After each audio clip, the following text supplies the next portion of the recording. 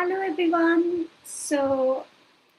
We are live now. So, this is our today's first episode of Ask Me Anything about study abroad. And my aim is to bring confusion to clarity for high school and college students and their parents.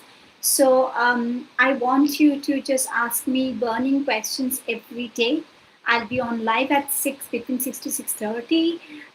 But today I just got delayed because just finding out how to do it for the first time. That's why I got delayed. I'm extremely sorry for that, but now it's okay. So today, what I'm going to talk about is I'm going to talk about why study abroad is still one of the good option for us. Okay, so we know the war is going on. The entire world is in a difficult state.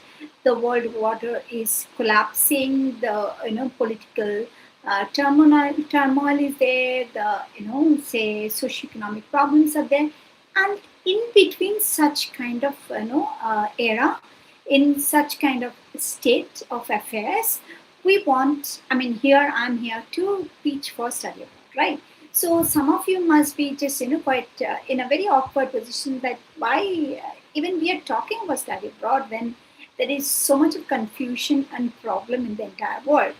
Well, my question to those people who are doubting whether study abroad is a right decision or not, because the aim of Ask Me Anything, my aim of asking anything is confusion to clarity. Okay, so I'm here to bring clarity for you, and I understand you have a lot of confusion. So I want you to have confusion so that I can bring clarity.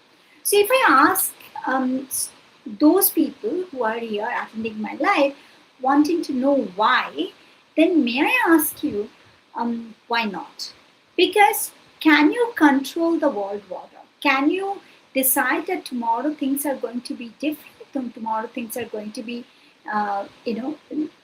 peaceful, and that the world order is going to be all right. There'll be no political issues. There'll be no socioeconomic problems, and everything will be hunky dory and very nice, so that you can just wait to have such kind of you know easy say life tomorrow.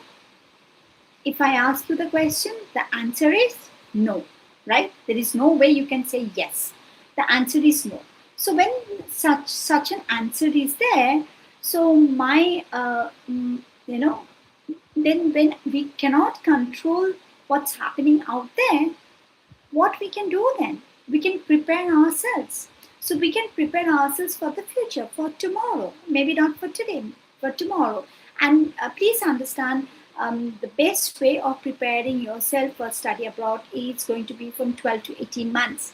It's not 1 or 2, 3 days. It's 12 to 18 months. It's a very good time for you to prepare, because we just can't apply in a couple of days time or couple of months time and think that we are going to get admission to our dream university.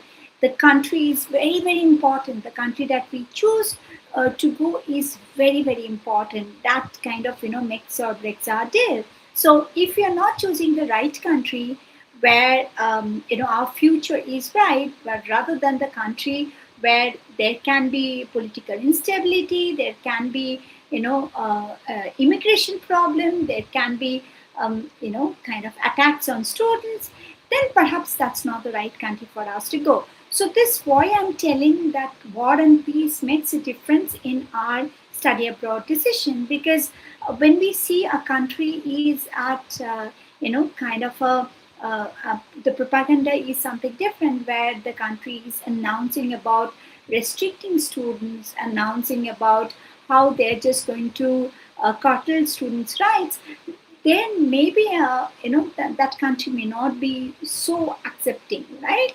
So for those countries, if you are still trying, like US is one of them, right? We are always getting Trump's verbatim that yes, they're not easy with students. What Trump says is it's not about easy with one particular student or all particular students. Easy with those students and those agents in particular who sends students in a very low tier universities, and there are a lot of kind of scams happening, and therefore they are talking about those group of students and those group of agents where these agents are scammers. These agents are trying to kind of let the students go, fake students to go, because their interest is not for studying, their interest is for imitating. So this group of students are actually bringing us a whole lot of problems for the rest of the students who actually want to go for study. So we have to understand who we want to become. Are we taking the study abroad route as a route for immigration? Then this is no. This is not the right pathway to do. Okay. So then you have to understand that that's not should be. You have to be studious. You have to be committed to studies. You have to be hardworking. Studies student, because foreign education is rigorous. So if you are for it, then no stopping. I'm sure Trump or no administration is going to stop you if you get admission to the top schools, and if you have a very good profile, nobody is going to stop you. So it's not about country choices alone. It's also about how you build your profile, how good students you are. So that's your first point of interest. Like, do not be really moved by all this kind of media propaganda and media news where it says that the countries are stopping actually those people who do not belong there. They are not stopping to those people who are who do belong there, because they need people, students like you, the young bright brains like you, and coming from such families where families give importance to studies than importance to, say, immigration. So immigration is the next step. It's not the step,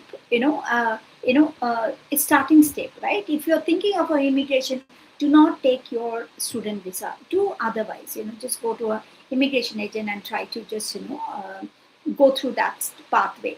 But if you're taking the student pathway, then you have to be a bright, intelligent student. You're committed to studies, not otherwise. Like, you are not going there to explore jobs and explore, or kind of say run away from your university and doing some odd jobs to live there. That's not they're looking for. So if you're one of those students, then you understand that you are not fit for being a student. You rather be fit for immigration, and you have to find the ways for immigration. And I'm not an immigration agent, so I cannot give you any kind of any kind of suggestions or advices on that. But I am a professor and a former international scholarship student. So what I can suggest you is, if you want to study somewhere, if you are a good student, there is no way anyone can stop you. Sky is the limit, or maybe you can say the universe is the limit. So nobody can stop you. So my very sincere suggestion is like, do not be overwhelmed, or do not be taken away by the media news and propaganda that this different political parties are having. This was there in my time 20 years before, when I went abroad for my higher education. This is going to be there in your time as well. Okay, so that's the time has not changed. If it was there 20-25 years before, it's just going to be there 20-25 years after as well. So it doesn't mean that nobody went after that, everybody stopped going, and in all Indians started getting educated in India. It didn't happen like that, right? So it's not going to happen in future. So you have to understand, how do I make myself strong profile that the universities want me, rather than universities asking me to not to come, or visa officer asking me to not to come. So you become a student that admission officers want you, the visa officers want you, and that's the credit you are just going to earn. That's where your success lies. That's where your future lies. So I'm Dr. Shani Das. I'm your study abroad success coach, and that's exactly I do. What I do is I do masterclass every Wednesday and every Sunday, I teach students how to align their course, career, college, country, and cost. This is what I say is my 5C framework. I just try to align with all of them to give them the best matching of the course and college and country they can choose. And then I also kind of bring out a lot of the the mistakes that study abroad aspirants and their family members do. I kind of give an list out of those kind of mistakes that you should not be committing, the mistakes that I have done in my life. I've seen my students doing it. I don't want you to do those mistakes. So I give importance to those mistakes. I'll bring it to you why those mistakes are not the right ones to do. It's like in the wheel has been, it's like not in reinventing the wheel, right? But the experiences are there, so you must take forward of not doing those experiences again, right? It's, you just can move on. And the third thing in my masterclass, what I do is about your I run a 30-day application hackathon challenge.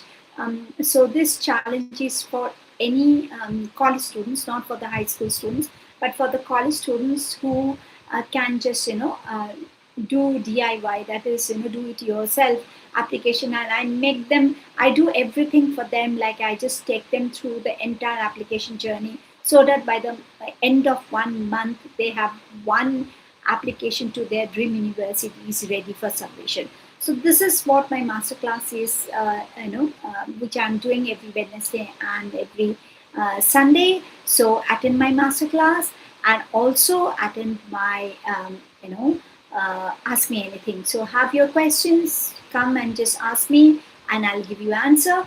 If you do not have questions, then yes, I'll be giving you my expert advice on study abroad. So thank you for joining me, and I'm very happy to just being part of my Ask Me Anything series. This is the first episode of it, and I'm continuing for every day, every weekday, that is Monday to Friday, 6 p.m., 6 to 6:30 p.m. So thank you for joining, and I'll see you tomorrow in my masterclass. And therefore, take care and have a very good day.